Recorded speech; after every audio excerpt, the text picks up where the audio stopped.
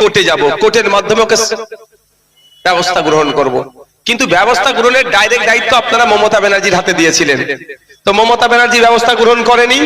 তো আগামী 2026 আসছে, এরকম ভাবে উঠলে হয়, পিছিয়ে দেখতে হবে। তাহলে আপনাদের কি করতে হবে? 2026 আসছে, বুঝিয়ে দেবো তো নাকি? একটু হাতটা তুলে অদা করুন তো। যারা কোরআন শরীফকে আমার সাথে বলতে হবে, ভয় নেই, আইএসএফ কে ভোট দেওয়ার কথা বলবো না। যারা রাস্তার এপারে আছেন ওপরে আছেন, হাত তুলুন। কোরআন শরীফকে ধর্মগ্রন্থকে অপমান করেছেন, তার জবাব দেবেন তো নাকি?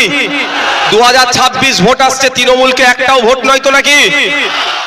অদা করছেন তো? আইএসএফ কে ভোট দিতে হবে না, ভালো লাগলে দেবেন, না হলে দেবেন না। আমি কিন্তু আইএসএফ কে ভোট দেওয়ার জন্য অদা করাইনি, তৃণমূলের বিরুদ্ধে ভোট দেওয়ার জন্য অদা করিয়েছি আপনাদের। কারণ 21 সালে ভোট দিয়েছিল তৃণমূল, আর নিয়ে আমার কোরআন শরীফকে যখন আক্রমণ করছে, তৃণমূল চুপ করে বসে আছে। তবে আমি মামলা করেছি, এটুকু মাথায় রাখবেন। কালকে যদি কেউ গীতার বিরুদ্ধে কথা বলে, নওশাদ সিদ্দিকী মামলা করবে তার বিরুদ্ধে।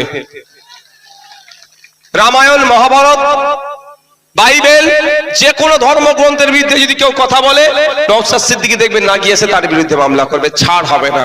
অনেক হয়েছে বন্ধুগণ, আমি এতটুকু একটা চ্যালেঞ্জ দিয়ে যাচ্ছি। দেখুন, অর্ধ সত্য মিথ্যা চেয়ে ভয়ঙ্কর। 6 নম্বর আয়াত করছে, 5 নম্বর আয়াতটা আর বলছে না কি আছে, 7 নম্বর আয়াতটা আর বলছে না।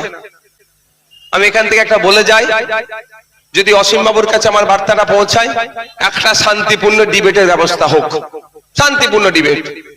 আপনি যে কথা বলেছেন, আপনি ভুল কথা বলেছেন, আপনি অপব্যাখ্যা করছেন, আপনি মিথ্যাচার করছেন। এখানে তো মাদ্রাসা আছে না? হ্যাঁ, কি মাদ্রাসা? খারিজি মাদ্রাসা, লালপুল মাদ্রাসা আছে। তাফসীরের কিতাব পড়ানো হয়, কত অবধি হয়? আচ্ছা আচ্ছা, উস্তাদরা আছে এখানে। আমি যদি ভুল বলি জিজ্ঞাসা করবেন।